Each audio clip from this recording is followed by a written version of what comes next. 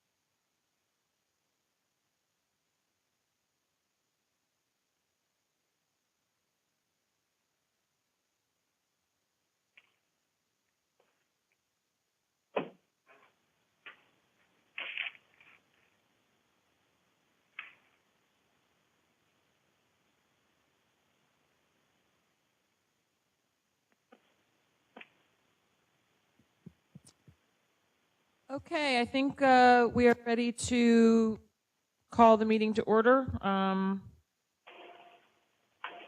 This is the Silver State Health Insurance Exchange Board meeting, which has been properly noticed. It's 12 o'clock and we are going to start the meeting. I'd like to welcome everybody both here and in Carson City. And I believe we have a phone number where we can hear, but folks cannot participate. So to those of you that are listening, welcome. And with that, I would ask Mr. Fisher to please take the roll. Ms. Campbell? Ms. Atkins? Present. Ms. Johnstone? Present on the phone. Ms. Johnstone, are you on the phone? I am on the phone. Thank you. Ms. Lewis? Present on the phone. Dr. Jameson?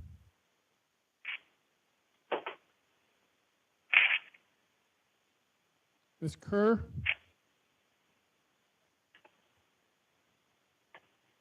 And Dr. Ford?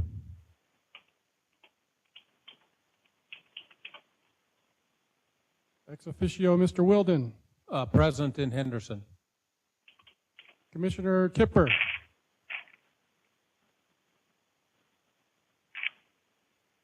Mr. Mullenkamp.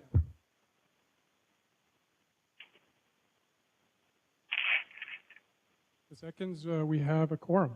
Thank you very much, Mr. Fisher. I have one announcement that I wanted to make before we do public comment, and then if any of the other board members have any announcements, but I wanted to update everyone on the status of Mr. Bassich's application, and the matter is very close to being resolved, and I ask that it be put on the next board agenda for a full report, which we can present. Are there any other announcements? With that, I'd like to go to agenda item 2, public comment. Do we have anyone with public comment here in Henderson? Can I just see a show of hands so we can get a sense of 4? Can I get a sense of how many public comment up in Carson City? We have 2, Madam Chair. Why don't we do 2 down here and then we'll go up to Carson City and then we'll come back to Henderson and do the rest. So who would like to go first? Absolutely.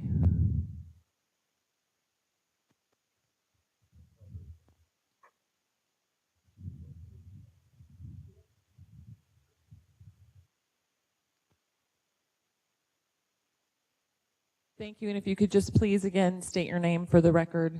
Okay. Thank you. My name is Lawrence Basich, 62, retired engineer living here in the Summerlin area of Las Vegas. First, just to reiterate maybe what you just said, Tamar and I received a call from the DOI, I think that's Department of Insurance, saying that they were very close to a resolution. And, okay, now I'll just go read what I'm going to read. I got to edit out the parts, maybe some parts though. I'm sorry, no, I'll just go read. I won't editorialize here. Thank you for giving me an opportunity to speak. As of today, March 20th, 2014, neither I nor my broker, Tamar Birch, have received status on my coverage, to be effective January 1st, 2014. I'm disappointed on how the system has operated, not showing the urgency of resolving my application in a timely manner. You have taken 3 premium payments from me that have been cashed, yet you only show me effective for March 1st.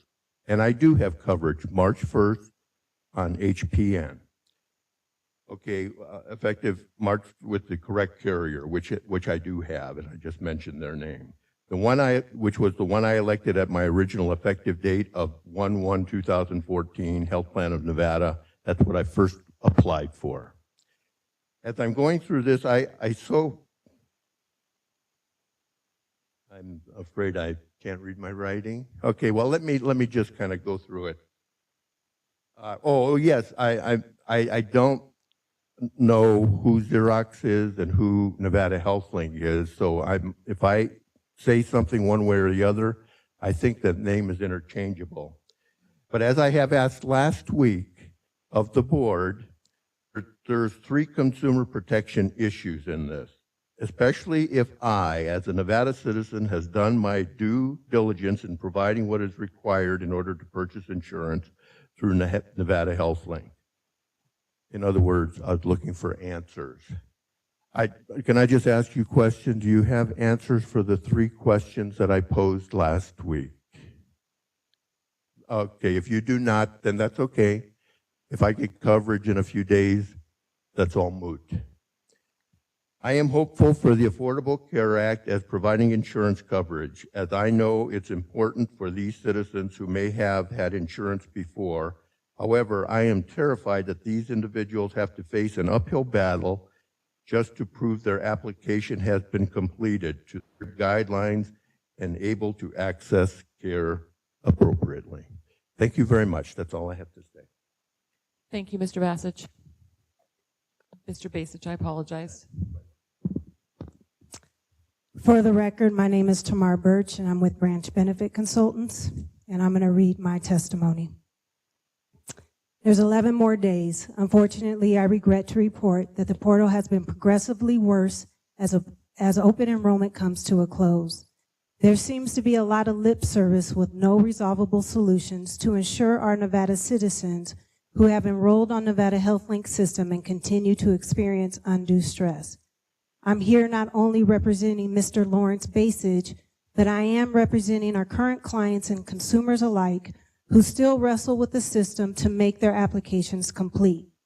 When Xerox is providing weekly reports to the board, it sounds great in theory. However, when you hear how many applications are considered completed, perhaps one should ask, out of those completed applications, how many are being affected by errors on the back end, such as cases or appeals being filed due to eligibility, cost-sharing information not being transmitted to the carriers, payments received in cash yet not attached to an application, being submitted wrong premiums, incorrect effective dates due to system errors, or APTC not calculating correctly. One of the areas that is truly alarming are retro-effective dates. We are experiencing an ongoing battle of reconciling retro-effective dates for applicants who had to recreate applications more than once due to system error. Depending on the date the last application is created, The system automatically captures the date, which triggers a forward effective date. With that being said, a case or request, we have to be called in by myself or one of my staff to retro the effective date. It could take up to 2 to 3 weeks for a decision to be made. The department who is responsible of making these decisions doesn't seem to be doing their due diligence, which should be investigating the entire process, such as reviewing the applicant's history in the system to see how many applications have been created, the dates that were created, which will in turn honor the requested retro effective date. Instead, customer service is relating that those retro effective dates can no longer be accepted. I have been told that the effective dates are forward dates based on the date of the application. I also understand the process and how the system those effective dates. However, there is an exception to the rule. As Xerox have stated previously, their system knows how many applications have been created by an individual, in addition to supporting documentation that we provide to request that retro effective date. Everything is done by the dictation of Nevada Health Link or Xerox, interchangeable, transmitting the necessary files to the carrier, which reflects premium payments, effective dates, cost sharing if applicable, and broker information if applicable. So how is the carrier the driving force to this decision? They are not. The applicant chooses and the system needs to capture that information accordingly. I am asking HealthLink's board to hold Xerox accountable for fixing these issues immediately. This operating system that we are working with cannot sustain another blow. Our deadline is March 31st, which is reasonable time to give those Nevadan citizens time to enroll with Nevada Health Link. The marketing campaign has been saturated in our state, advising consumers of this deadline. We owe it to those consumers that have complied during the open enrollment window to honor their time by fixing their application thoroughly and concentrate on the next open enrollment period that will be commenced on November 15th. Xerox needs to do whatever it takes to ensure that those who are currently enrolled in the system, that their portal reflects current status. The file feed from Xerox to the carrier needs to be accurate so that everything coincides with one another. Brokers are an integral part of this piece to the exchange. We are promoters of insurance and understand the importance of it. Our job is to promote, to sell, educate, and enroll, not to be used as pawns to troubleshoot issues that our portal issues are having and is out of our control. As I stated to the board last week, I have several cases that I have been working on with no resolution. I am beyond frustrated of the time frame it's taking to get things resolved. I have forwarded every case to Xerox team as a priority to fix these outstanding issues and cases with an allotted time frame. I'm expecting them to resolve this once and for all. Xerox, Nevada Health Link, it just seems like they are the jury and the judge through this entire process. These applicants are at the mercy of Xerox, which is not acceptable to our Nevadans seeking insurance and doing their due diligence of obtaining insurance at the allotted time frame. Xerox is only an administrator. We don't just want to complete applications, we want accurate applications complete. Branch Benefit Consultants continues to stand behind the Nevada citizens. We want problems fixed, what we are currently facing. Lastly, as the board and the Department of Insurance and all the parties involved in Mr. Base's situation, we believe that a resolution will be attained to the satisfactions for everybody involved. Thank you. Ms. Birch, thank you. Would you like to submit those? Yes. And we can have those. Thank you very much. Appreciate it. Can we go up to Carson City?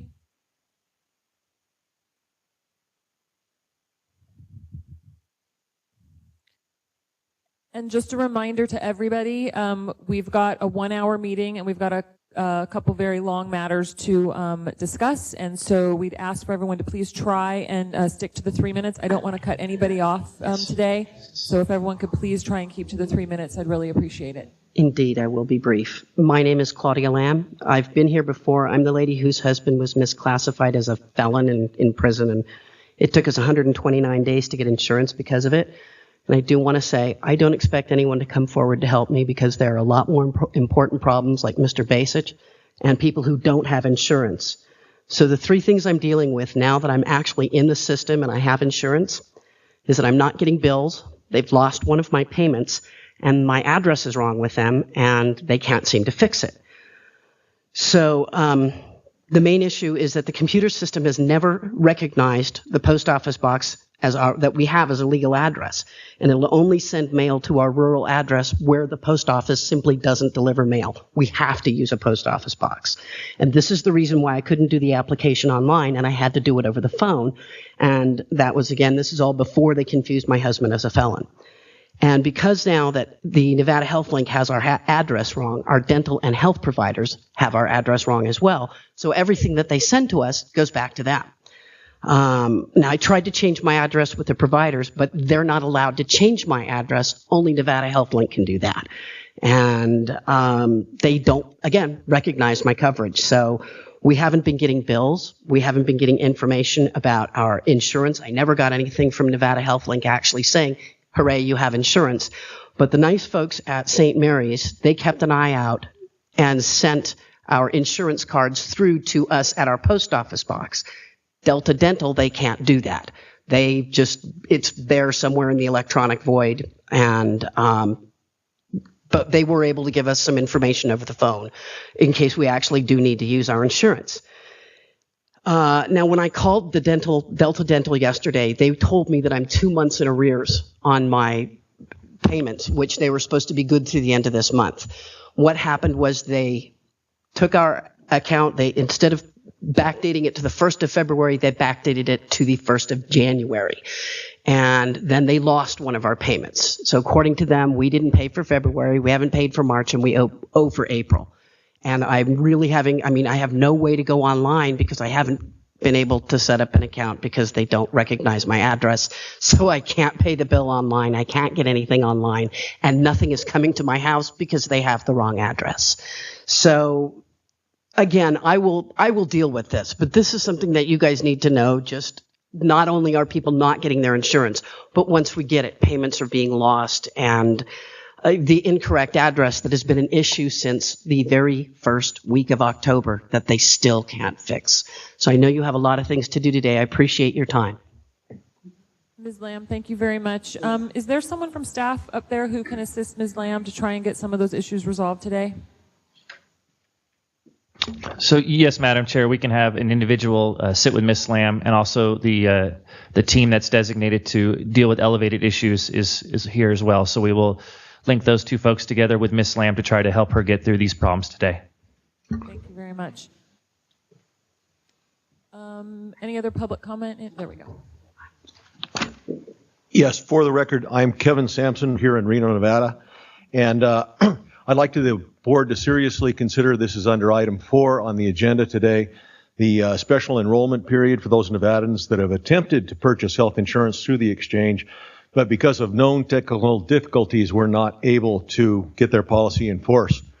Our Reno Health Insurance Brokerage has been helping Nevadans work through this for the last 5.5 months. We don't believe that we can get it finished in the next 10 days. We're hoping that we have major concerns, like previous speaker from Las Vegas, dealing specifically with the payment issues. That is, Xerox's automatic withdrawal coming out of people's checking account for the full amount, not recognizing the subsidy amount. Some of these have led to overdrawn accounts from our clients, and I'm sure it's happening all over the place. Sites' inability to make minor changes to applications. We heard from Las Vegas that the issue that is, if we have a problem with an application, we're having to go back in, cancel the application, and get a forward effective date. Still is the resolution, but as we go through the next 10 days, that won't be a resolution soon. We will not be able to make those changes. At this point, I don't have knowledge of anyone actually making it all the way through with a qualified health plan for a juvenile policy. And that I want to continue to work on that with CJ to find out. But we were told by one of the members in the exchange in Henderson, as early yesterday, that she wasn't really fully aware of anyone coming all the way through with the juvenile-only policy for a QHP. I know that we have a lot of other Nevadans out there that may have tried to make application for their children, and we want to see if, even if it is just a short extension, not an extension, but into the special enrollment period where we have people that have actually made an application. We want to help them complete it and get it. It may only be a short period of time, but we want to help. The CSR issue, as stated before, has not been completely resolved. That is, our insured members are still getting the full description of the silver plan. They aren't getting the increased benefit for any one of the three CSR areas. We do not have resolution to that as yet. We'd like to continue to work on that to get that resolved. And somehow the responsibility issue does need to be resolved, as clearly stated from Las Vegas before. We're still not finding someone to take full responsibility. We're still getting the not responsible yet. We want to resolve this. We want to help everyone resolve it. I believe that we just need just a little bit more time to get these issues resolved. And the second, on that same number 4 on the agenda, we hope that anyone that has completed the general information sheet, last week there was discussion about how far into the application that this person would be recognized as actually having made application. We know many that have just simply made it through name, address, city, state, zip, and birth date screen that at that point they got the sorry, we are experiencing technical difficulties, and they never made it any farther than that. We want to see if there is any consideration by the board to allow anyone that has made it just to that screen, just identified themselves and given their birth date, if they could be given consideration, even if it's for April 1st through April the 15th with a May 1st effective date. That's all we're asking, is just a short period of time to get those, so that are some of them, most of those procrastinators, to get them into their own health plan. Thank you. Thank you, Mr. Sampson. Las Vegas, I think we had a couple more public comment. And again, if we could try and keep it to 3 minutes, I really don't want to cut anyone off today.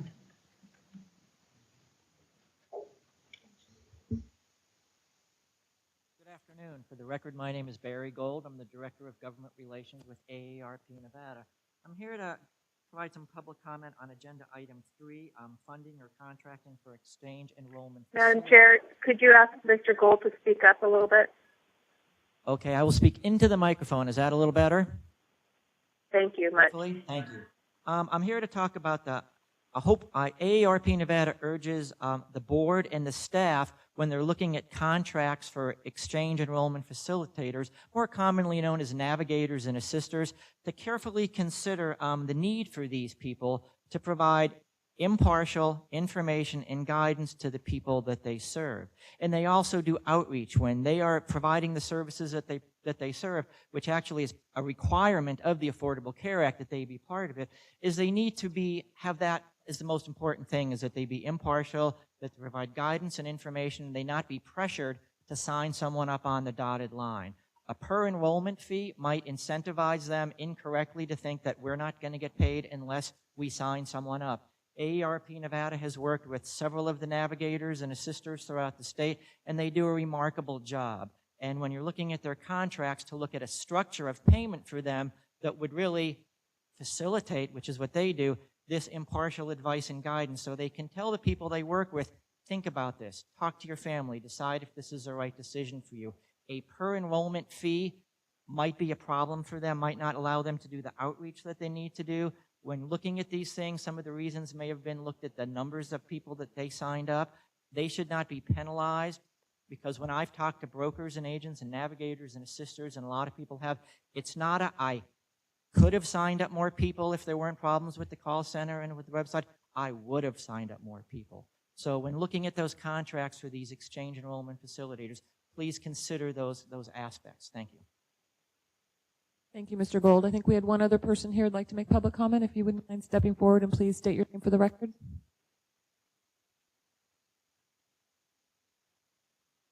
Hi, my name is Leslie Taylor, and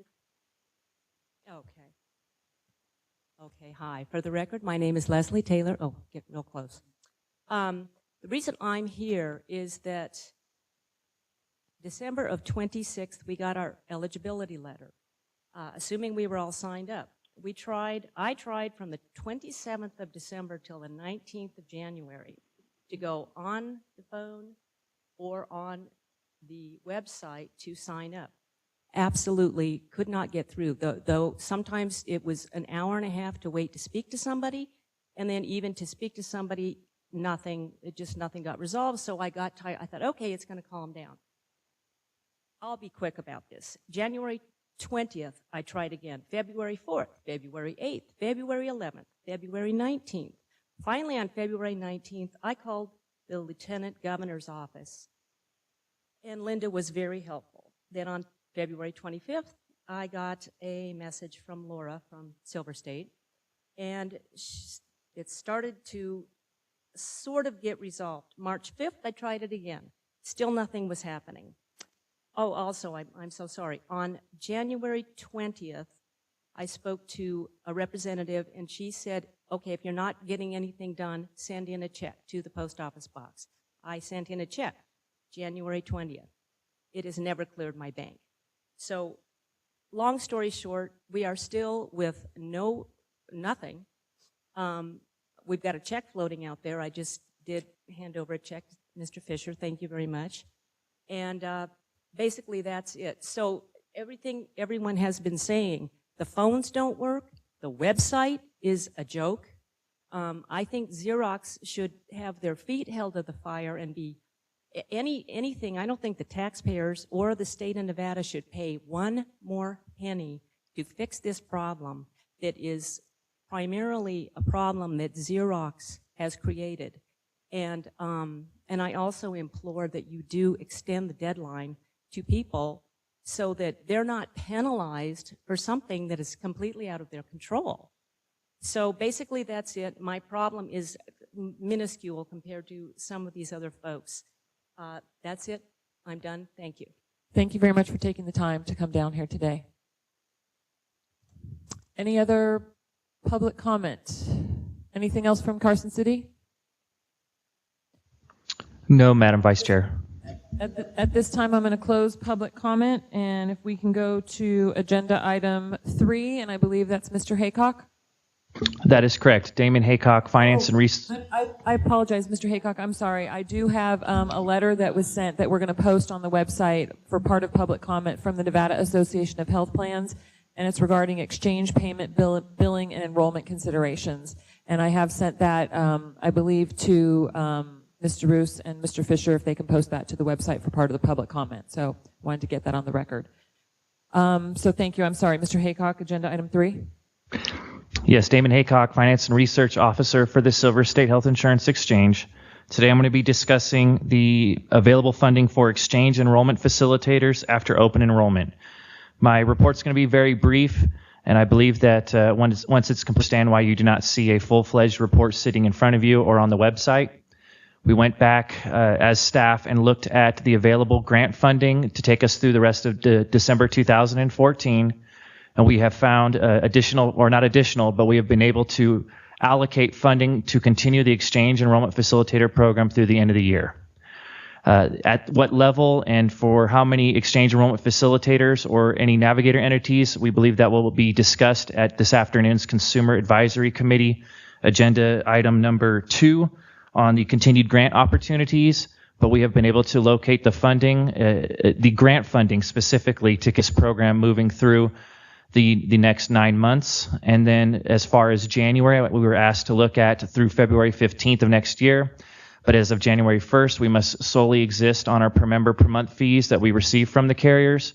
And those fees are yet to be set until April 10th. So we will bring some options to the board next week on those per member per month fees, which we'll need to discuss the continued exchange enrollment facilitator program funding for the 2015 calendar year.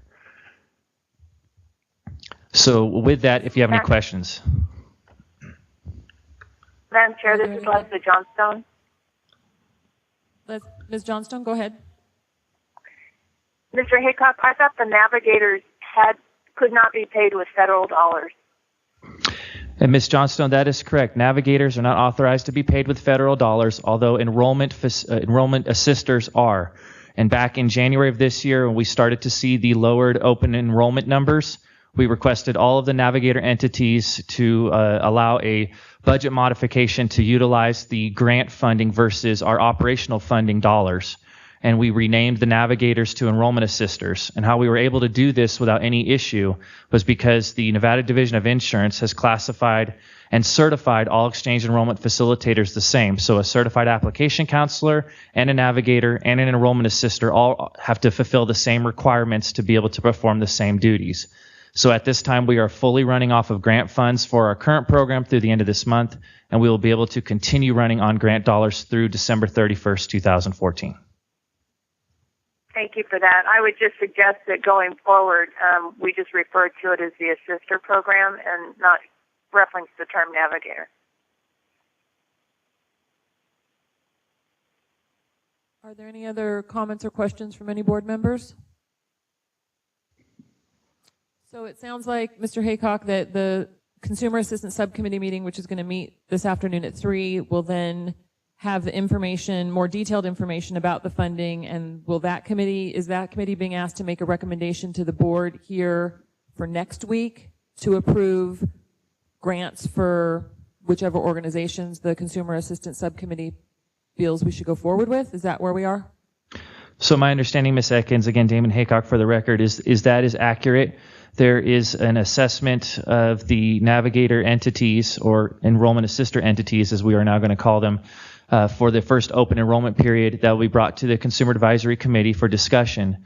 And then a decision hopefully will be made, and discussion will occur on which entities should continue on after open enrollment and potentially through the next open enrollment based on a myriad of factors such as performance or location or necessity or what have you. And then next week we will discuss the per member per month fees that are definitely tied directly to our costs. And so that enrollment assister program will definitely affect the per member per month fees as it is built into our operational costs for the next year. So understanding that the grants right now go through March 31st, is the board voting on that next week enough time to sign new grant contracts with whatever entities the committee recommends and the board approves? That is correct, Ms. Atkins. We can resubmit or submit sub-grant extensions and have those signed almost immediately. Any other questions? Thank you, Mr. Haycock, and thank you to staff for working on that. We know very important part of the success of this program going forward. With that, why don't we take agenda item 4, and who is going to lead agenda item 4's discussion? Madam Vice Chair, if I might, this is Scott, for the record, Scott Kipper from the Division of Insurance. At last week's board meeting, the board asked the division to provide some parameters around the issue of special enrollment and special enrollment periods. The DOI has provided the board 2 reports meeting certain issues around special enrollment. The first report, which is entitled Special Enrollment Actions, outlines 4 possible actions the board may wish to consider when taking on the issue of special enrollment. There are 2 types of special enrollment: triggering events and open special enrollment period, or take no action at all. The report also illustrates some of the other items that will need to be defined, such as triggering event date and effective date of coverage.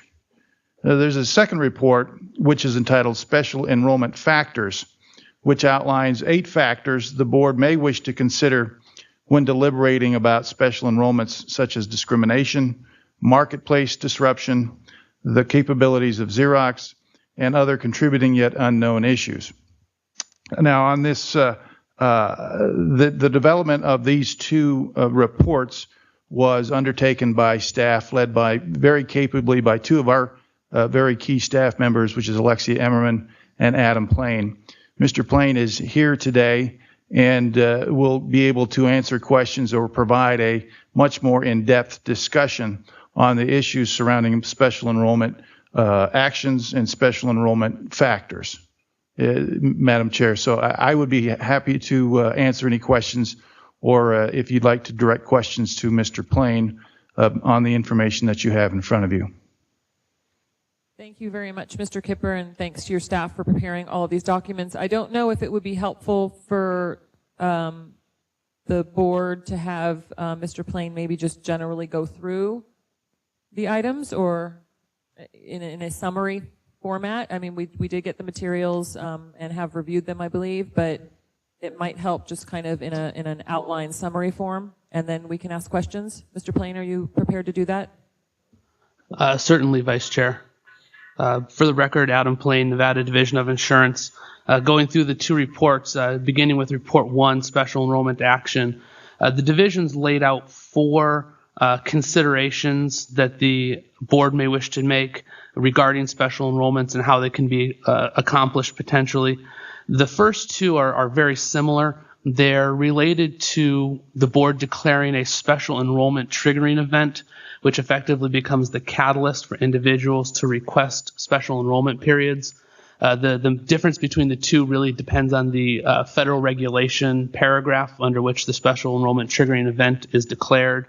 One of them, paragraph D4 of section 155.420 of the federal regulations, permits a special enrollment based on some misenrollment, if you will, by exchange or an agent of the exchange.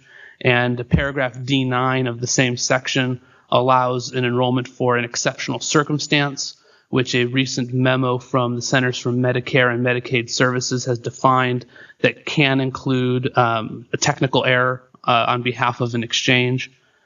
The third consideration is what we've deemed a open special enrollment or blanket special enrollment.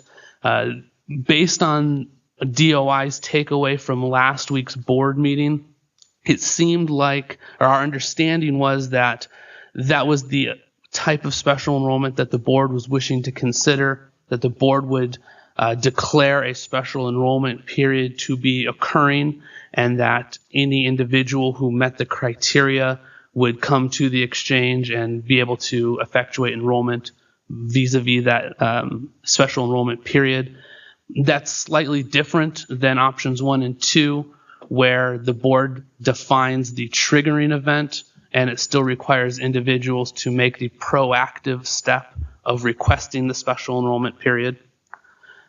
Option number 3 is take no action.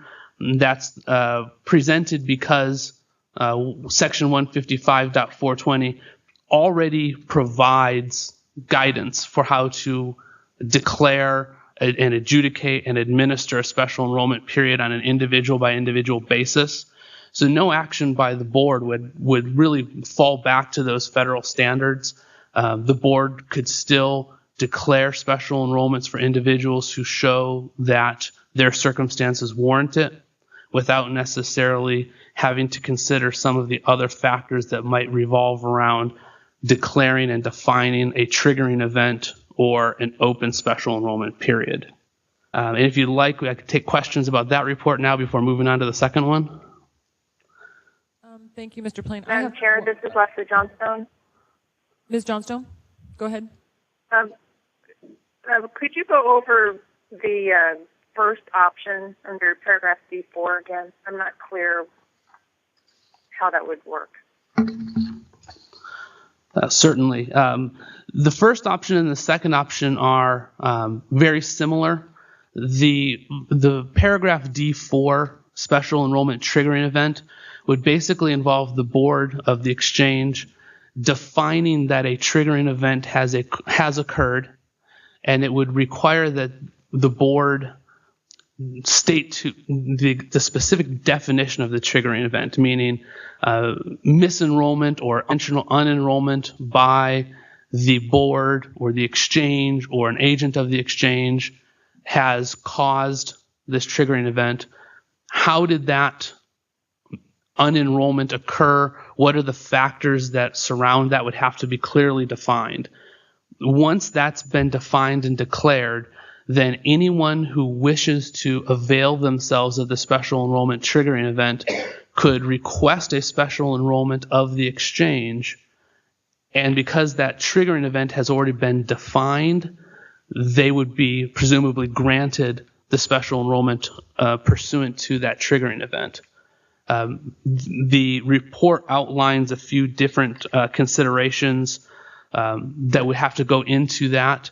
you have to define what the triggering event specifically is. You have to define specifically when the triggering event occurs. You have to define specifically when the effective date of coverage is. Or at that point, if you fail to do those, you have not really eased your administrative burden by declaring the special enrollment triggering event, because every individual who requests a special enrollment period will still have to be adjudicated on an individual basis. Thank you. Madam Chair, a follow-up question on option 4, which is take no action. Could you describe at a very high level what the federal regulations prescribe? Is there a certain notice that we would have to put out, or how do we communicate it? Certainly. The DOI's understanding of the federal regulation regarding special enrollment is that special enrollments occur at the request of the individual, and that the individual has the burden of showing how they qualify for the special enrollment. So the individual special enrollment request, in most circumstances, we anticipate would revolve around birth of a child, gaining of a dependent, loss of a job, anything that qualifies as a special enrollment under 10 specifically defined federal categories. There are 2 that are more broad, and that's D4 and D9, which are discussed in the report. Should the board decide to take no action, any individual would still be able to request a special enrollment under paragraph D4 or paragraph D9. The difference would be that the board would need to really adjudicate, or the exchange would need to adjudicate each special enrollment request on a case-by-case basis. And I think that has the potential disadvantage of really extraordinarily increasing the administrative burden associated with this, but it has the potential advantage of allowing individuals under similar yet distinct circumstances to be treated in a manner that is consistent with those circumstances.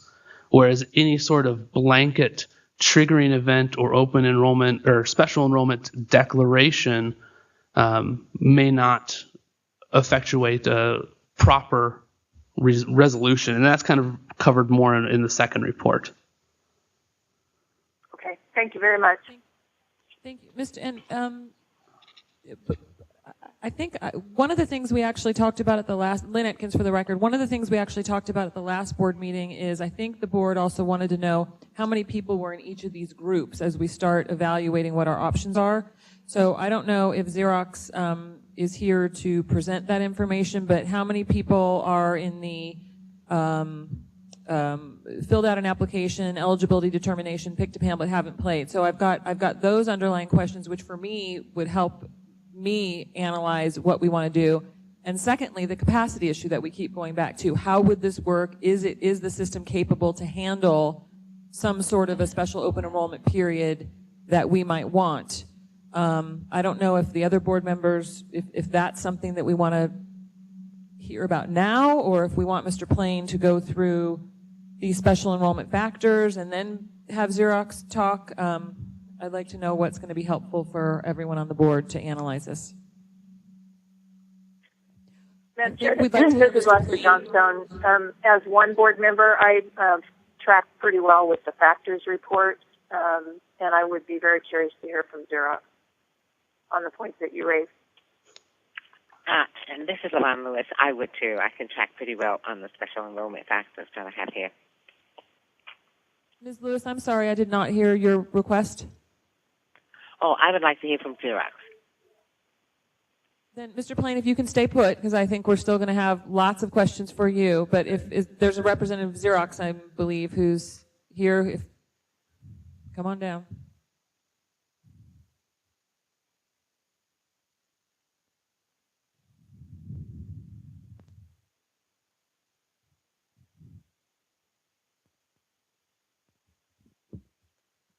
Good morning, Greg Bidiello for the record from Xerox. Can you hear me now? Sorry. Good morning. My name is Greg Bidiello from Xerox. So regarding the populations, really when we went back and we reviewed who's remaining out there, who is a potential population that we should be considering. As we reported last week, there are just over 10,000 members who have actually selected a plan, have gone through the eligibility process and have selected a plan that are requiring still to make a payment. Some of those individuals, likelihood that may not make their payments before the 3/31 date. And so if you were going to consider a population to, continue to pursue and give the opportunity, those are people who we might want to consider continuing to do additional outreach efforts for.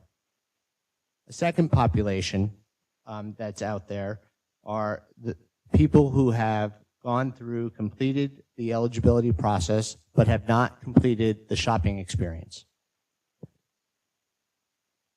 From a qualified health plan perspective, there are 38,000 people who are APTC subsidy eligible that are potentials for us to look at, as well as 40,000 folks who have come through and have completed the application but have not completed the shopping experience. So a total of approximately 78,000. Now, I just want to qualify that.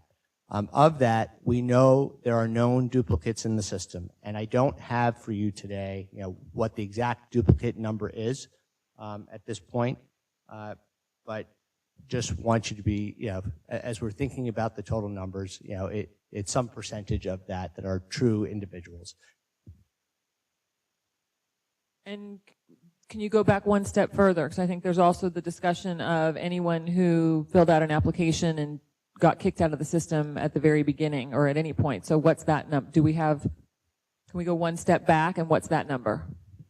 So the people that we're actually speaking of, in my mind, because we're just looking at, we really focused on who's potentially QHB eligible at this point, and so these people, I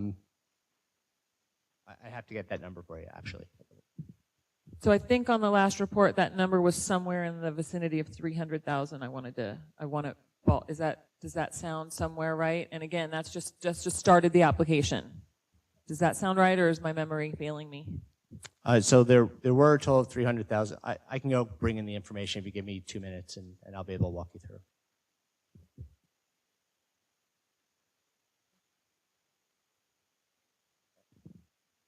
Yeah. Wait. We think we're looking for it. So the next part of the conversation is capacity. How would this work? We're still continually hearing problems from the community, from brokers, from agents, from navigators. It's the same story every week, and the system is still not working the way it should be. So how would this work? So what I would say is what we are prepared to do. As I discussed last week, we're prepared to assign folks to really help people process from start to finish, and maybe taking a different approach than we have with the call center, and really assigning people like more in a case management perspective, and try to help people work through the process. And so you had asked the question last week, what are we prepared to start on 4/1 or 5/1? While we are prepared to transition immediately from the open enrollment period into the special enrollment period, in order to allow us to set up operationally to be able to help people through the process, in one by one, we think possibly a decision to consider is starting the special enrollment period slightly later. So am I hearing, if any of the board members would like to ask questions, please let me know. But am I hearing that the website won't be able to support this, and that it's really going to have to be human? And if we're talking about 10,000 people, 38,000 people, 40, 70, I continue to kind of look. My apologies. As we've spoken before, the system, we continue to make significant improvements to the system. To date, Of the 182 severity 1, severity 2 defects, which are the ones that were really preventing people from being able to move through the process quickly, we have, as of this week, completed 161 of those 182, or about 88% of those. And we're still on track to complete the remainder by 3/31 as discussed. So really the system is in a much better place. People who are new coming into the system are on a greater percentage able to get through the first time without difficulty. Madam Chair, this is Leslie Johnstone. Go ahead, Ms. Johnstone. You know, I'm focused on the group that selected a plan but was not able to make a payment. And one of the core reasons that I'm focused on that group is it's the smallest population that's out there, and I just don't have any reason to have a lot of faith that Xerox is going to be able to manage that size population, much less anything larger. That said, does the 10,000 figure that you gave us include duplications as well? So the 10,000 number, Ms. Johnstone, there may be a few duplicates, but very few in there. We're pretty confident that those are true individuals that need to make the payment. Now, that doesn't mean that all of them will make the payment. Some may decide that they don't want to complete the process. Regarding capacity and ability to do it, I reported last week that we have made improvements since last week to the IVR, which is allowing more people to get through making the payment through the IVR. We are also working to come up with an offline process that if it fails through the IVR and that person is transferred to an agent, we are working out the final details of allowing a call center agent to be able to take that payment directly over the phone for the consumer. And always, consumers are always welcome to send a check to the lockbox, which that process we haven't had any issues with. I appreciate that, and I would have a little more confidence in that if we didn't hear so many testimonials about consistently not being able to get problems addressed. My other question is, can you tell in the system what date they got stopped so that we would know where the triggering event occurred? So that is slightly more difficult to determine exactly where they were stopped. What we can do really is tell you, who is stopped and who are folks who have gotten to a certain point in the process, and that's which is the population that I spoke of here. And so from a QHP standpoint, I think we're looking at, with duplicates, there are 78,000 potentials individuals out there, and those are, and some of those are duplicated. So that really is the population we should be considering. Mr. Wilden? Okay, thank you, Madam Chair. For Xerox was reported, and my numbers might be off a little bit, but I meeting minus people that had filed an application, had an eligibility determination made, and they were eligible to get APTC, Advanced Premium Tax Credit. That there were 38,000 apps filed that were not eligible for APTC. And so that is 110,000 people that have started apps, is what I recall the report to the Board of Examiners. And then you've mentioned a 10,000 difference, but what I understood from the Board of Examiners was that 33,000, plus or minus, folks have got to plan selection. They picked a plan but had not paid yet. And then there were 22,200 or so that had picked a plan and paid. So I just want to make sure that when we're talking about the 10,000 gap, so that's people that have, the 33,000 that have picked a plan but not paid. And then I'm a little unclear on whether there are separate silos or groups on the 69,000 apps with APTC and the 38,000 apps without APTC, because I was under the impression the universe that was out there, people that we could track that had started an app, enough information to start an app, was about 110,000 people.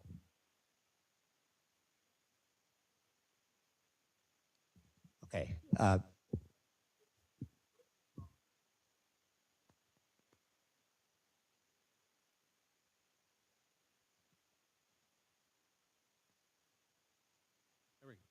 Those are the weekly reports that I get from staff, and were used at the Board of Examiners. So maybe Laura or somebody, I think we get the email from Laura, could confirm those numbers.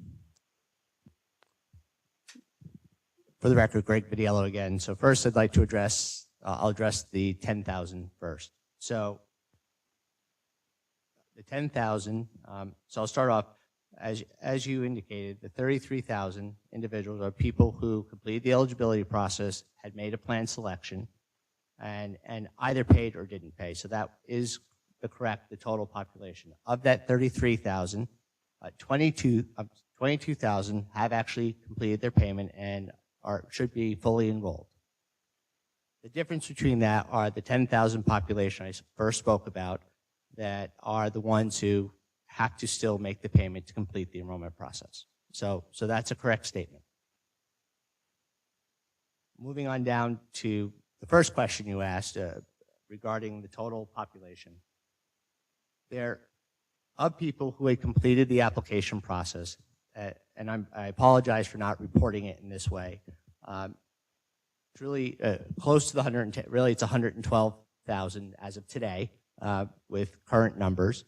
It's a total of 112,000. And how that breaks out, the 33,000 that we just spoke about who actually selected a plan, are reduced there, and that's where we get to the 78,000 that are remaining. Okay, and so, and I'm sorry we don't have a board even to present here. So we start with the 112, the 33,000 that have already selected a plan brings us to the 78 number, which I reported.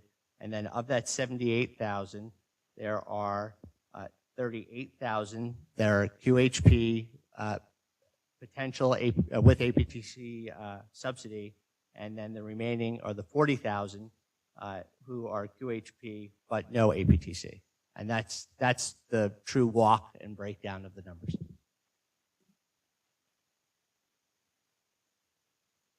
More board questions for Xerox, I guess, at the moment.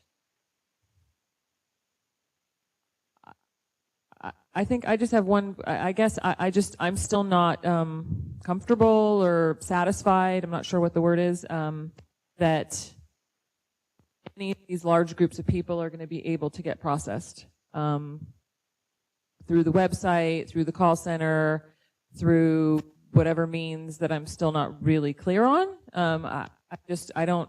Even if we just start with what Ms. Johnstone says, even if we just say the 10,000. Because you've got the 10,000, you've got all the other people who have qualifying life events anyway that would fall under the exceptions. You have the Medicaid applications, anybody who doesn't fall within Medicaid, that triggers another event. So I'm just having a problem really understanding that if we even go down the road of the 10,000, that we're not going to continue this, all the frustrated people every week. So can you make that a little clearer how this would work? For the record, again, this is Greg Vidiello.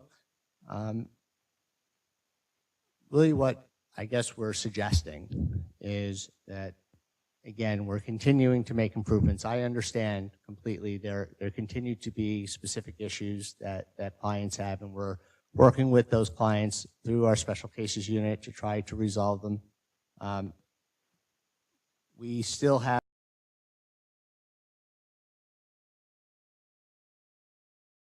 you know, 230 staff from an operations standpoint on board, still supporting the process through the call center. As we transition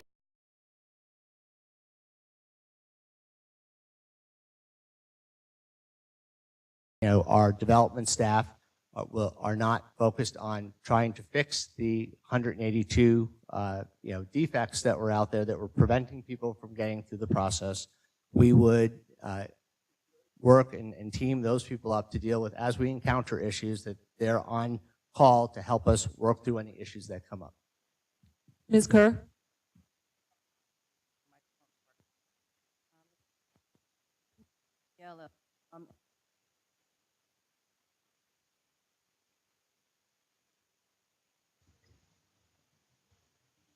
Ms. Kerr, we cannot hear you in the north.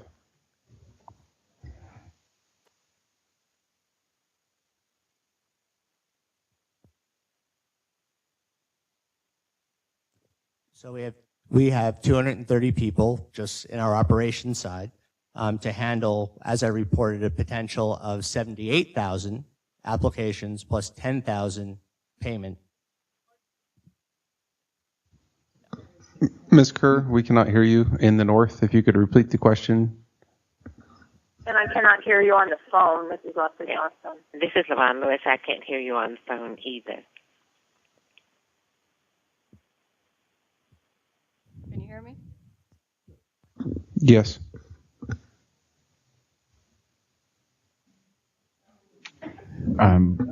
Ms. Kerr, we can't hear you.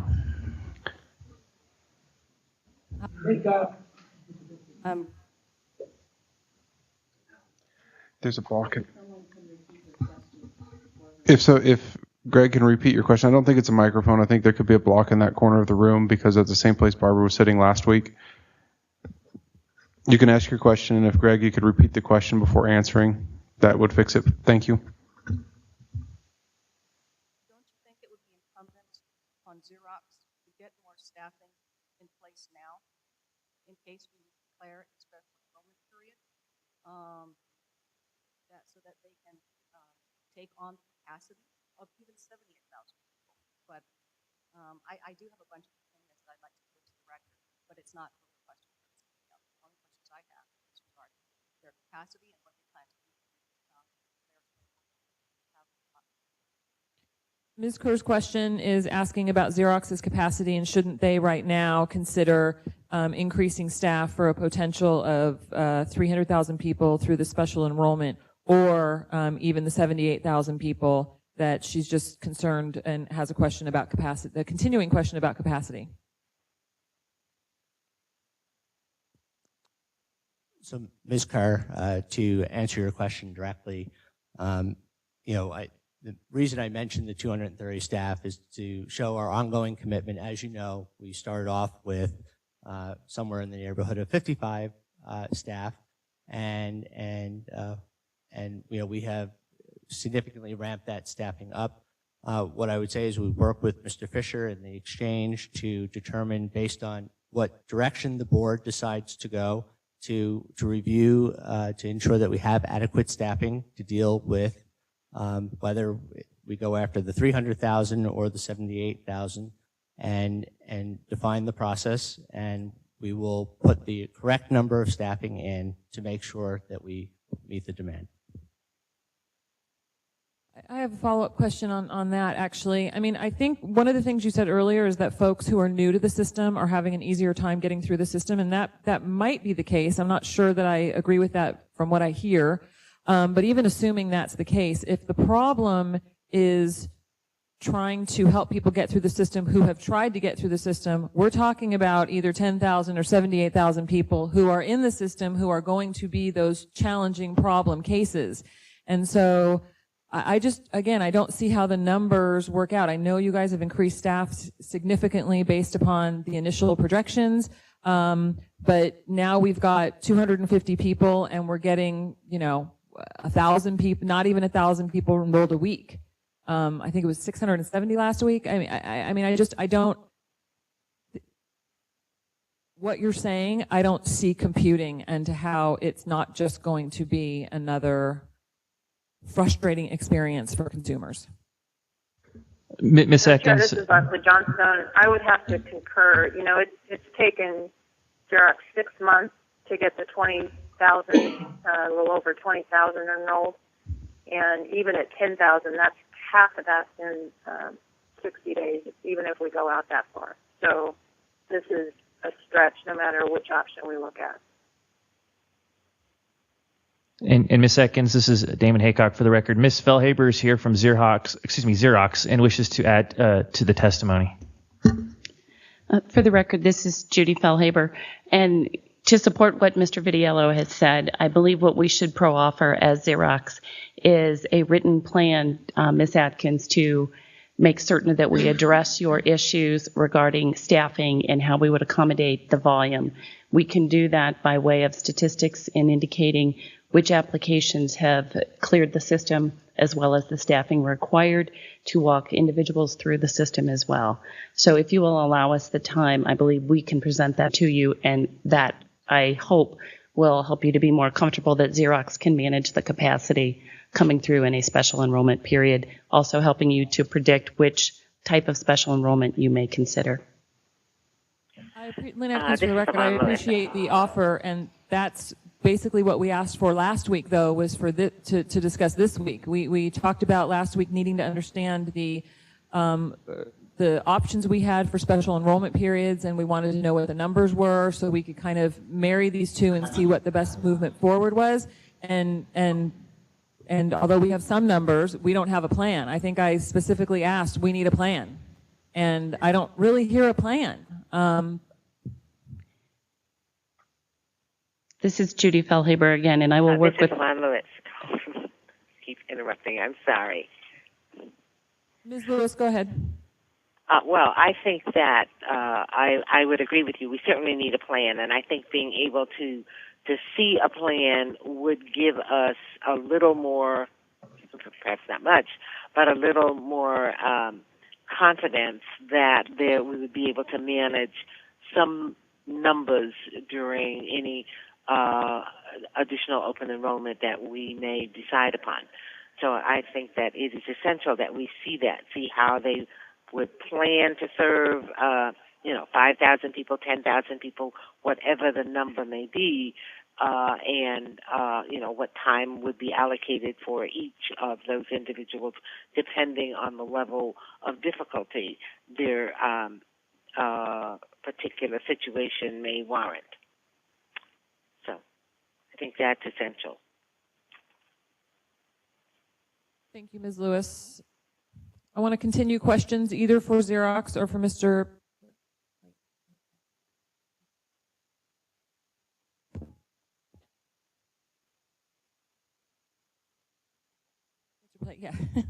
Mr. Plain, I'm sorry. Either questions for Mr. Plain or Xerox. I want to continue for the board. Mr.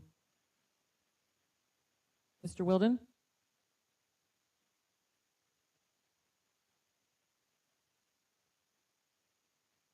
Can you hear me? Mike Wilden.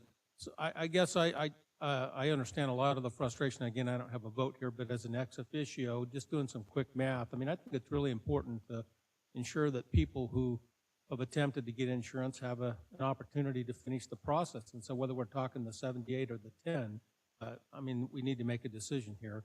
And I would say we need to make a decision quickly so we can get the process started. But if I just do simple math, 10,000, if there's not any more resources, 250 people, they all need to solve about 40, 45 cases apiece. And so if you're doing one a day, you can get a lot done in 30 to 45 days. So that doesn't seem to be undoable, if there's such a word as undoable. So whether it's 10 or 78, that's the struggle in my mind. But certainly those 10,000 people that have got to pick a plan at that point in the process, a significant amount of time has been invested by those individuals to the pick a plan stage. And I think the math is doable over some enrollment period, special enrollment period.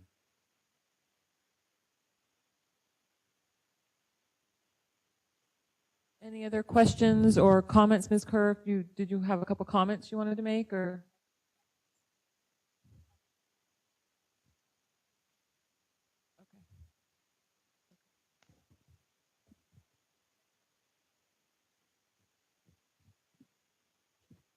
We're moving Ms. Kerr so the microphone works. And I guess before we do that also, and I think some of the other concerns, though, that I know we didn't have Mr. Plain review the enrollment factors, but, you know, some of these are of concern to me as well. I mean, I think factor 3, the potential of unintentional discrimination, if we're really only picking the folks that kind of made their way through the end of the system. I don't know. I get concerned about people who might not have English as their first language and they just weren't able to get as far through the system. I'm concerned about the Division of Insurance and getting us up and running and ready for the next open enrollment period. I'm concerned about a whole host of things, obviously. So I agree with Mr. Wilden. I think the goal is we want the most amount of people covered and able to choose insurance. But boy, there's a lot to consider here. So I just want to make sure that we kind of have a full discussion of all of this. Ms. Kerr? Okay, here we go. First, it's clear we cannot extend open enrollment past March 31st, 2014. And we cannot take action that would mimic extending such enrollment. However, it is mandatory, it's not permissive, that we have a special enrollment period under certain circumstances. It's not up to the board whether or not to declare that such special enrollment periods should occur. They already must occur. I don't want to take option 3 of taking no option or no action because it will be impossible for a volunteer board to adjudicate each case separately. So, here goes my long-winded opinion and reasoning.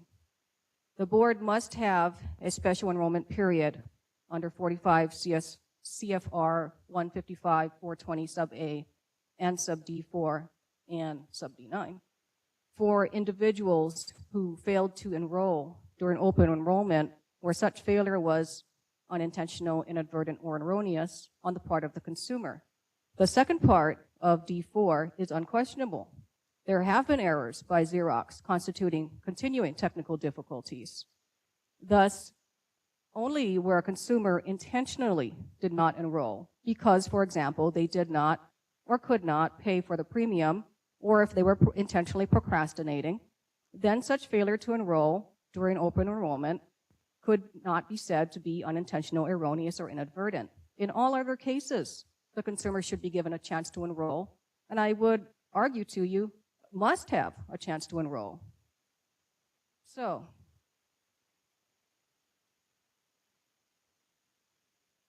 for everyone who tried to enroll up to 60 days before the end of open enrollment and could not do so due to technical difficulties, and such failure was not intentional, the regulation is absolutely clear.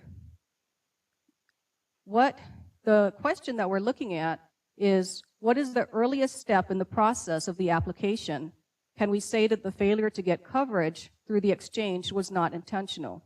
Is it plan selection? Is it eligibility determination?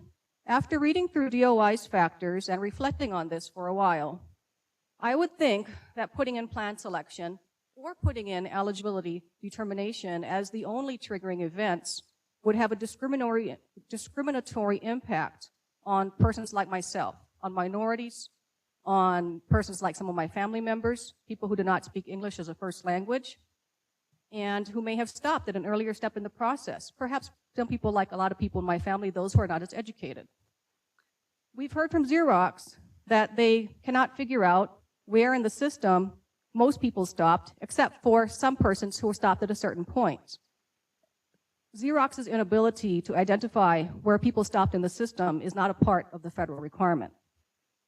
Therefore, it is my opinion that the triggering event for individuals to request special enrollment after March 31st should be any person who tried and failed to enroll prior to the end of open enrollment and where such failure was not intentional. This is not open enrollment after March 31st. It is following the federal regulation. Whether or not Xerox has the capacity to undertake that type of enrollment is not a consideration under the federal regulation. If Xerox is unable to handle our capacity, then perhaps we should be looking at other alternatives. Finally, under section B2 sub 3, we also have the option of allowing coverage to be either A, retroactive to the date that the person tried and failed to obtain coverage, or B, according to the regular dates under B sub 1, that is prospective. In general, it's my opinion that coverage should be prospective according to the regular timeline because of the adverse selection presented by such a scenario of persons who, for example, did not want to pay for their premium and then wanting retroactive coverage. For people who selected and paid for their plans and did not get coverage due to an error of the exchange or Xerox, I'm very concerned about this group. I understand we will discuss this next week, and I'm going to withhold my opinion on that group until next week. And I hope to hear something in the meantime. Thanks. Thank you, Ms. Kerr. Mr. Kipper, Ms. Johnstone, Ms. Lewis, Mr. Wilden. This is Scott Kipper. Madam Vice Chair, I have no further comments. I know that, again, Adam and Alexia did yeoman's work, and I think that both documents stand for themselves as outlining the options and the potential pratfalls that we all should be aware of when the decision is made.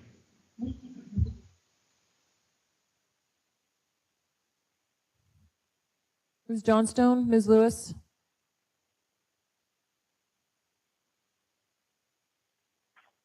Madam Chair, this is Leslie Johnstone. I'll take a stab at a motion. I would move that we define the triggering event as having selected a plan but not completed the payment process, and that is with the understanding that the participants that are in other situations have the right to appeal or pursue their plans, their case individually. So, and also that the triggering date be March 31st, since apparently Xerox can't tell when this happens by the individual in the system. Thank you, Ms. Johnstone. So if I'm hearing this, there's a motion to period B for or special enrollment group.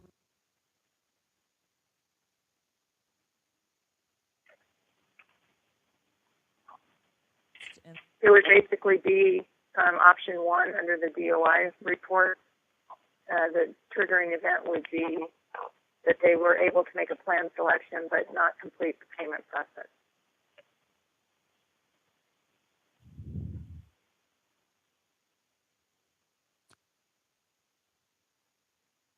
Is there a second? I can't hear anybody now. Discussion? This is Devon Melissa, and I can't hear anyone.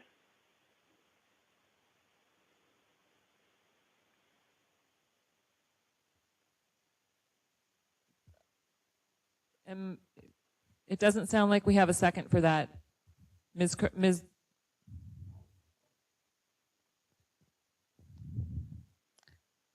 So we have no second for that. So Mr. Belcourt, can you advise me on how we proceed? Well, without a second, you cannot obviously, you don't have a motion before you.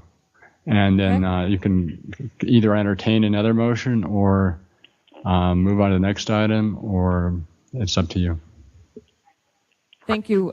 Why don't we possibly continue discussion if there is appetite to discussion now? I don't know if we want to put this matter over until next week. Again, we are getting very late in the day, as Mr. Wilden noted.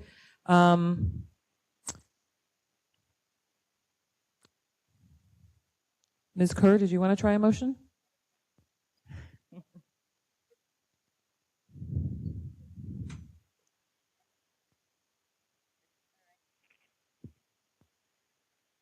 Okay, let me see if I can phrase this correctly. I think the triggering event should be the later of someone's attempt to access the system. That was, of course, not unintentional. Oh, wait, did I get that wrong?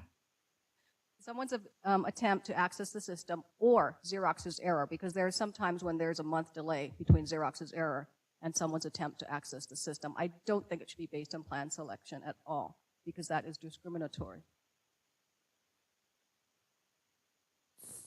So your motion does not include selecting a date for the triggering event. There would be a date for the triggering event. It's the last time someone attempted to access the Xerox system and was not able to get to enroll due to Xerox's error or Xerox's error. The later of.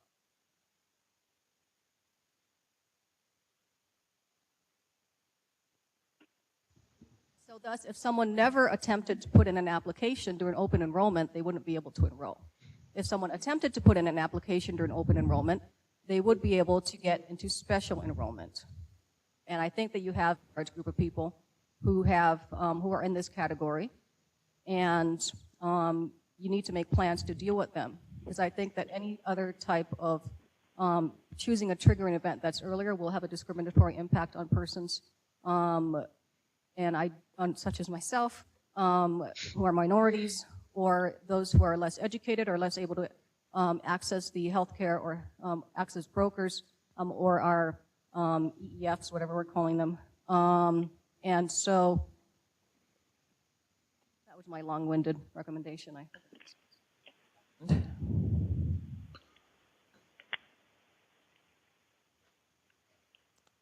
Well, this is Yvonne Lewis. I think in every case the date of enrollment should be prospective as opposed to retroactive.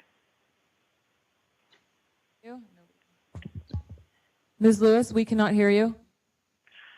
I'm sorry. I said I think in every case the date of enrollment for the people who come in the special enrollment should be prospective as opposed to retroactive, except under special circumstances that may already exist. Okay, so we have a motion on the floor, and I'm looking to see if there's a second, and then we can have discussion on the item.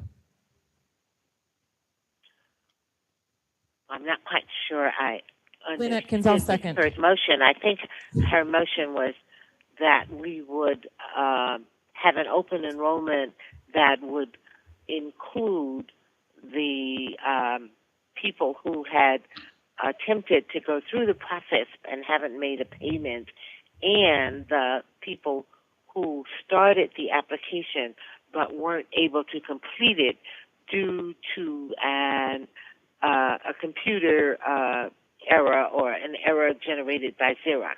Is that the correct motion? Yes, it is, and I just seconded it. Continue to have a discussion. I was going to second it once I got the. That's fine. No, that's fine. No problem. The correct motion. That is the correct motion. It's very hard to hear. Oh, I'm sorry.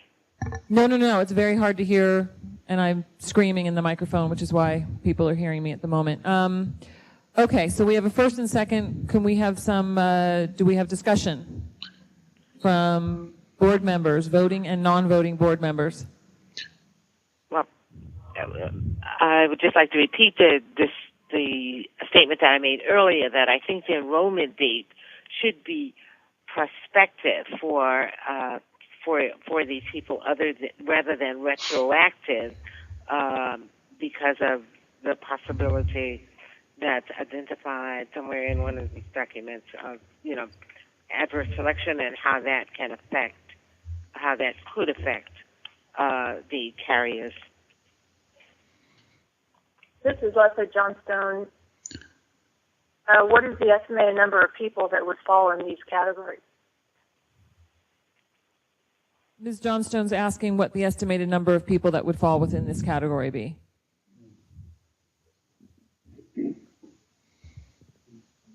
So, Ms. Atkins, I think we need to go back and look at the numbers based on that set of criteria. Again, we came today prepared to, speak to the qualified, who would qualify for a qualified health plan. And so, considering that information, we'd like to go back and refine the number. In the meantime, what I'd also like to do is for next week's board meeting, work with the exchange, come back with a plan of how we would staff based on certain number of individuals we would go after and how we would go after them to try to attract them back into the program. Again, for the record, the 10,000 individuals that we spoke of are people who have already made it through the process. We just need to work with them, encourage them if they're truly interested in continuing forward to help them make the payment. And so we'll have a plan for that, which is separate than the individuals who have gotten to the point where they haven't completed the plan selection process. And that's a slightly different outreach to those individuals to help them complete that process. Any other comments at this time while motion?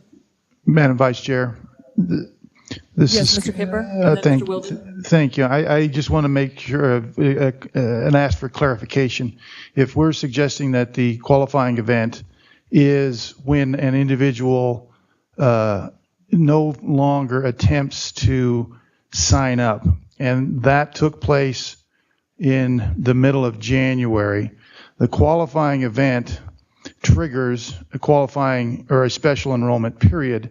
The special enrollment period can be no more than 60 days.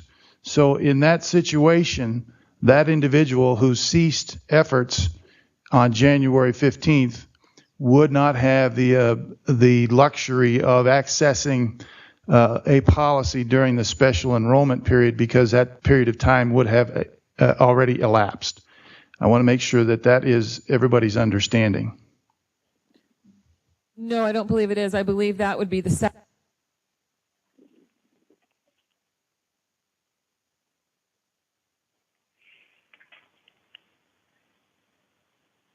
Madam Vice Chair, you cut out.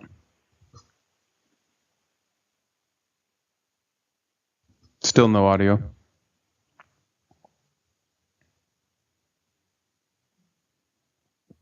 Can you hear me now? Yep. Yes. Yes. I believe the triggering event is either the last date to attempt to access the system, the later of your last attempt to access the system, or the last date of Xerox's error, which will be March 31st. And there can be multiple triggering events.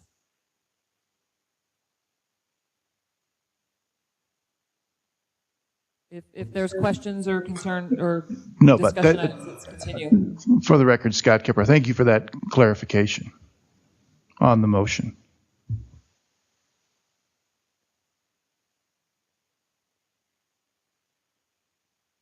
So I'm wondering though, for clarification, Ms. Kerr, and maybe maybe we can amend this that the later of the two dates is March 31st.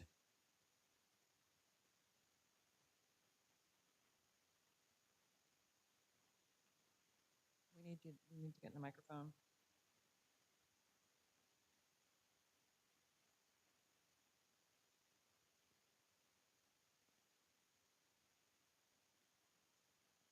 Okay, so I don't think that Madam Chair, we can't hear.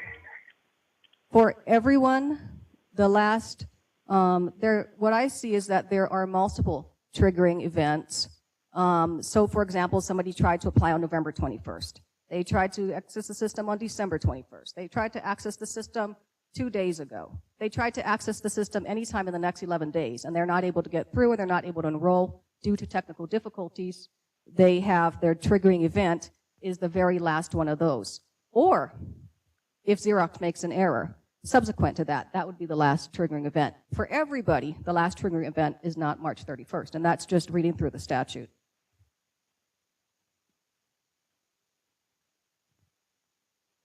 Mr. Wilden? Assuming, can I be heard? All right. I guess I would have to have a question to Xerox, whether those multiple triggering events can be identified. And so I'm in fear that multiple triggering events can't be identified, and so you either have to default to March 31st for everyone, if that's the path you're going. I don't know that multiple triggering events can be identified, and so I don't know if Xerox can answer that. I'm not confident that we could you could identify that. So this is Greg Pitiello again for the record.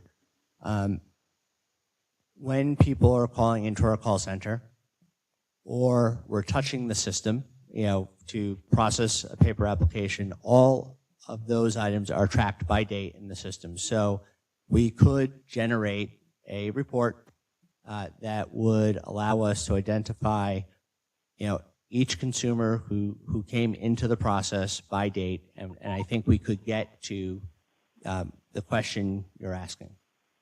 And just to make sure I'm understanding it correctly, go ahead. There's one more option. I was throwing this around in my head last night. If we define the conduct of Xerox to be so egregious that the triggering events have been continuous throughout the process, that the last triggering event, therefore, would be March 31st. That would be the last date to touch the system and the last date, and then special enrollment would apply. This is Lynn Atkins. I think that's going to be the easiest thing to do. I think it is a continuous triggering event. I think trying to go back for each individual person and figure out exactly what day is just going to not be workable with the system that we have, and that will create more confusion. So I would say, and again, we might, we'll have to modify this motion and second, but I would say that we would declare it a continuous triggering event, and it would be March 31st, the last day of open enrollment. So I would like to amend the motion that the triggering event, actually, I'm going to withdraw my second. And do you want to withdraw your motion? All right, Ms. Kerr has withdrawn her motion, and I've withdrawn her second, and we are going to start over. Ms. Kerr, do you want to make a new motion?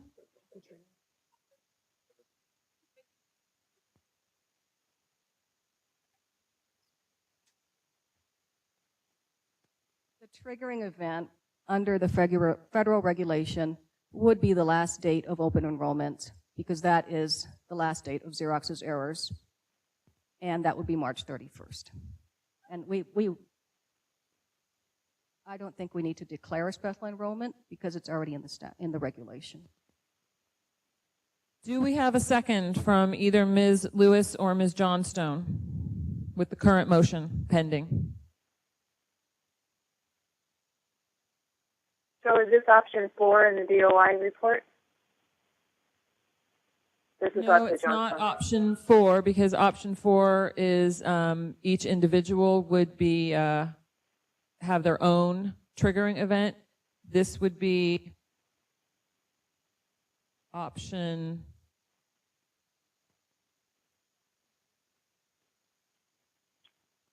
3. I believe. So is this the count of 300,000? No, I'm sorry, it's not option 3. It is not one of the proposed options. It is Ms. Kerr's own option. I'm sorry, I didn't hear that.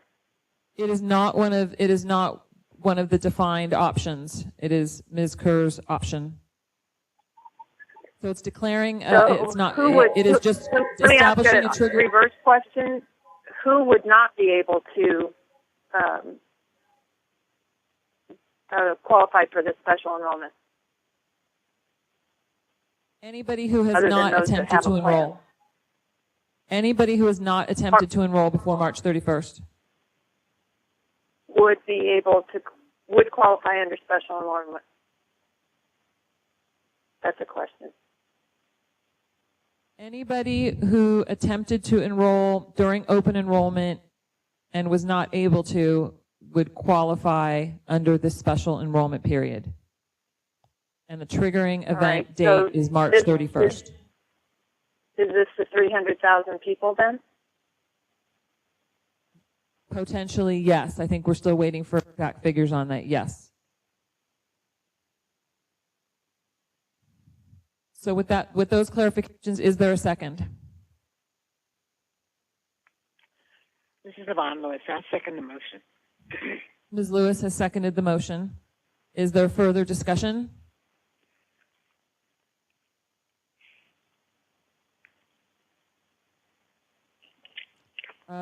I hear no discussion. All those in favor, I think we're going to have to do a roll call. It's very difficult to hear. Ms. Kerr? Aye. Ms. Johnstone? No. Ms. Lewis? Yes. And Ms. Atkins, yes.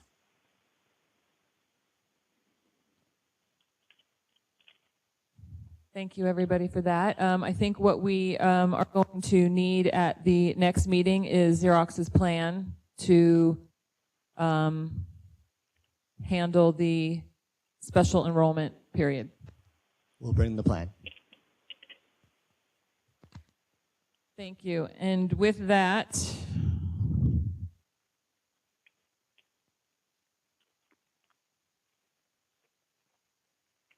we are going to close agenda item 4 and open it up for public comment on agenda item 5. I know we're running quite late, so thank you everyone for staying with us. Is there anyone in Carson City who has public comment? Yes, there is, Madam Vice Chair.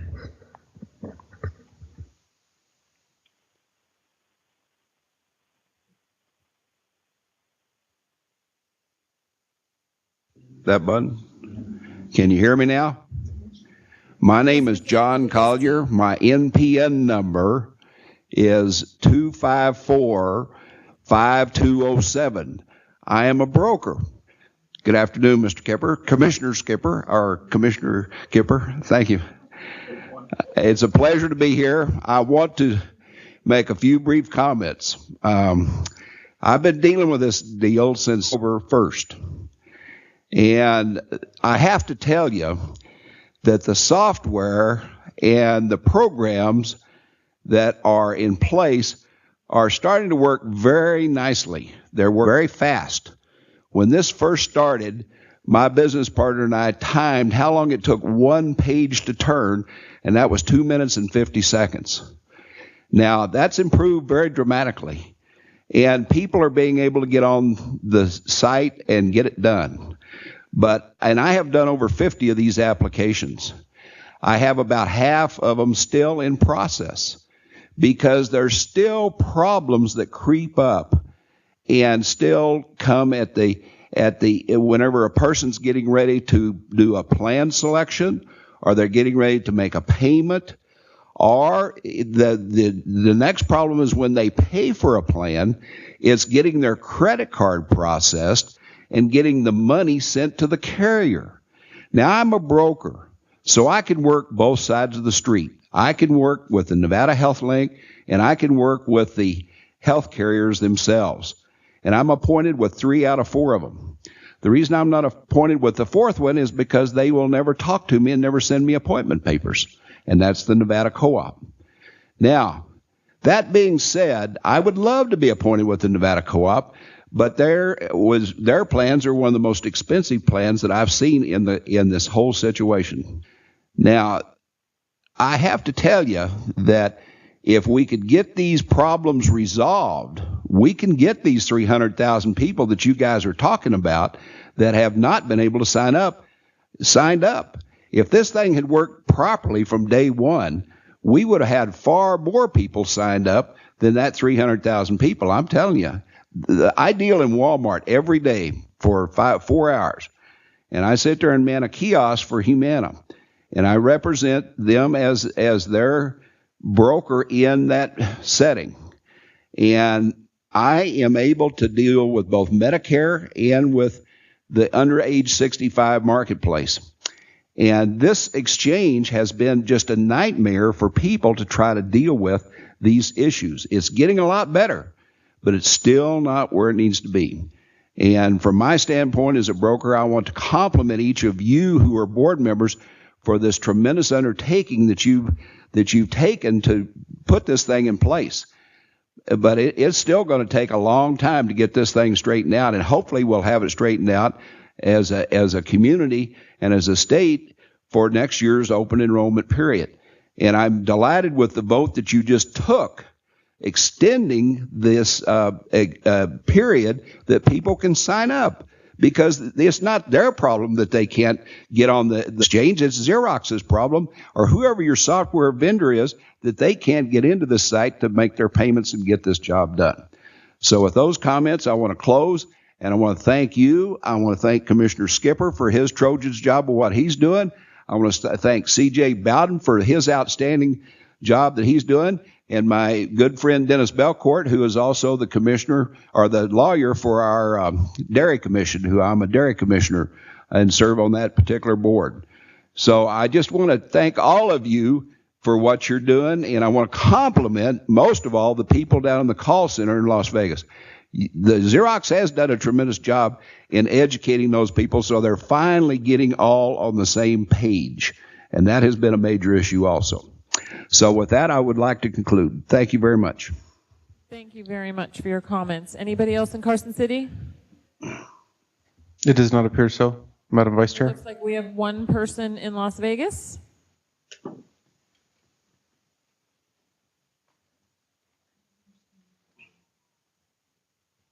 For the record, Lou Silla. I'm a broker here in Las Vegas.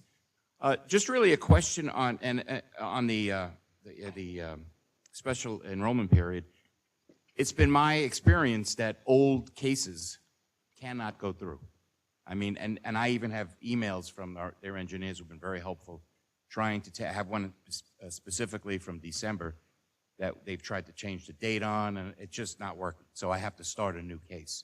So my question is, with all these people who have tried and not been able to finish it, when we start a new case, do we need to show any documentation that there was a case prior to that? Thank you for your comment, and I think we're going to hear from Xerox next week. Yes, we have to work through the details of how this is going to work, but thank you for your comment. Any other public comment in Las Vegas? Nope. With that, before we adjourn, I just again want to thank everybody, Mr. Kipper and his staff, Exchange staff. I know you have all been working tirelessly on all of these issues. Mr.